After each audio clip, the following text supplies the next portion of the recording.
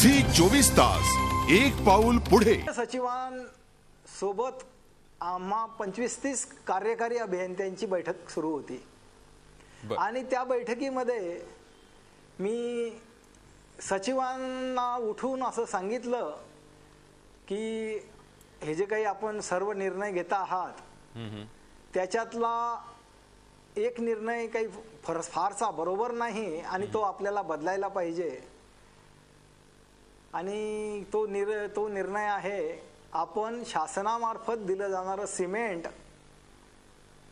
आता बंद करून कॉन्ट्रॅक्टर्सना सिमेंटची परवानगी दिली. याच्यामुळे शासकीय नियंत्रण निघून जाईल आणि सिमेंटमध्ये घोटाळे होण्याची शक्यता आहे.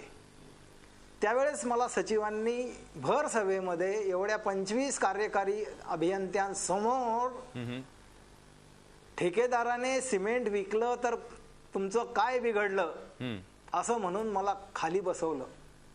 आता खात्याचे सचिवच जर असे बोलायला लागले तर हे खातं कोणी वाचवायचं आणि हे सगळं असं आहे.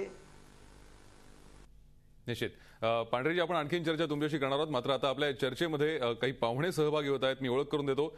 जलतज्ञ डॉक्टर माधवराव चितळे आपल्या या चर्चेत सहभागी होत आहेत. त्याचबरोबर भाजपचे प्रवक्ते माधव भंडारी या चर्चेत सहभागी होत आहेत. त्याचबरोबर आमचे प्रतिनिधी दीपक भातुसे सुद्धा या चर्चेत सहभागी होत आहेत, जे दुपारपासून या सगळ्या घडामोडींवरती लक्ष ठेवून आहेत आणि वेळोवेळी अपडेट्स आपल्याला देत आहेत. आपण चर्चेला सुरुवात करूया. सगळ्यात आधी मी जातो माधव भंडारी यांच्याकडे. भंडारीजी, काय सांगाल? आज अजित पवारांचा राजीनामा आला. एकूणच 20,000 कोटी रुपयांचा घोटाळा जो झाला आहे सिंचन कामांमध्ये, त्याची नैतिक जबाबदारी स्वीकारून मी राजीनामा देतोय असं त्यांनी म्हटलेलं आहे. खरंच हा राजीनामा त्यांनी जबाबदारी स्वीकारून दिलाय की हा एक दबावतंत्राचा भाग आहे? काय वाटतं तुम्हाला? नाही, त्यांचं जे राजीनामा घोषित करणारी पत्रकारांसाठी दिलेलं निवेदन आहे त्याच्यामध्ये त्यांनी कुठेही असं म्हटलेलं नाही की मी नैतिक जबाबदारी स्वीकारून राजीनामा देतो असं म्हटलेलं नाही. त्यांनी ते निवेदन जे वाचून दाखवलं त्याच्यात त्यांनी असं म्हटलं की याची चौकशी सीबीआयकडून हवी असते तर करा, आणखीन काय करायचं असलं तर करा.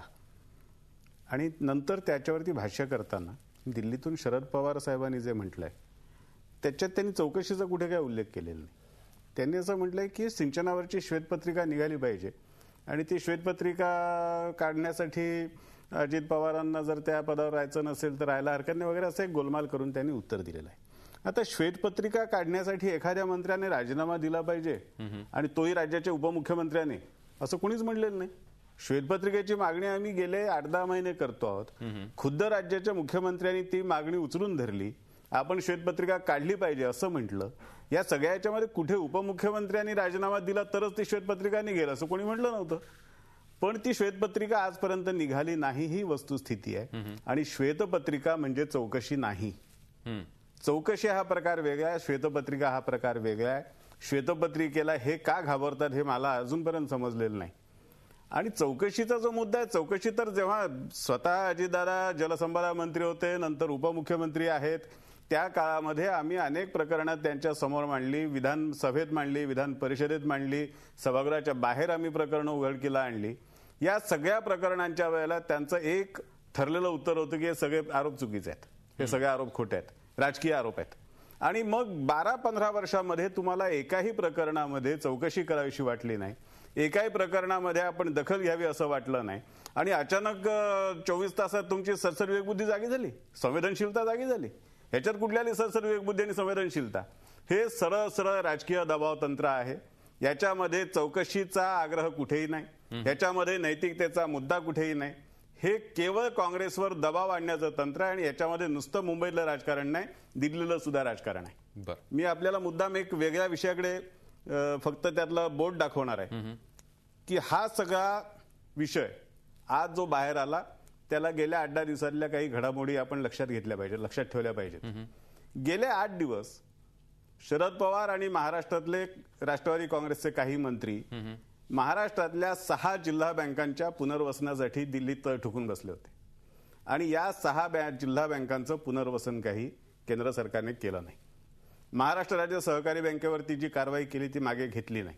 आणि या 6 जिल्हा सहकारी बँका हे राष्ट्रवादी काँग्रेसच्या ताब्यातले जिल्हा बँका आहेत. महाराष्ट्र राज्य सहकारी बँक ही राष्ट्रवादी काँग्रेसच्या ताब्यात आहे आणि ही त्यांची मूळ ताकद आहे.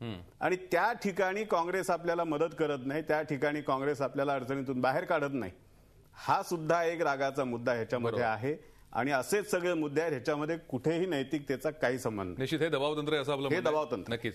भंडारीजी, आपण आणखीन चर्चा करूयात, पण त्यापूर्वी एक विश्रांती घेणार आहे. विश्रांतीनंतर हे दबावतंत्र आहे का या संदर्भात आपण राष्ट्रवादीचे नेते सचिन अहिर यांना विचारणार आहोत. तेही आपल्या चर्चेत सहभागी होतील. मात्र त्यापूर्वी एक छोटीशी विश्रांती घेतोय. आपण पाहत राहा रोखठोक. झी 24 तास, एक पाऊल पुढे.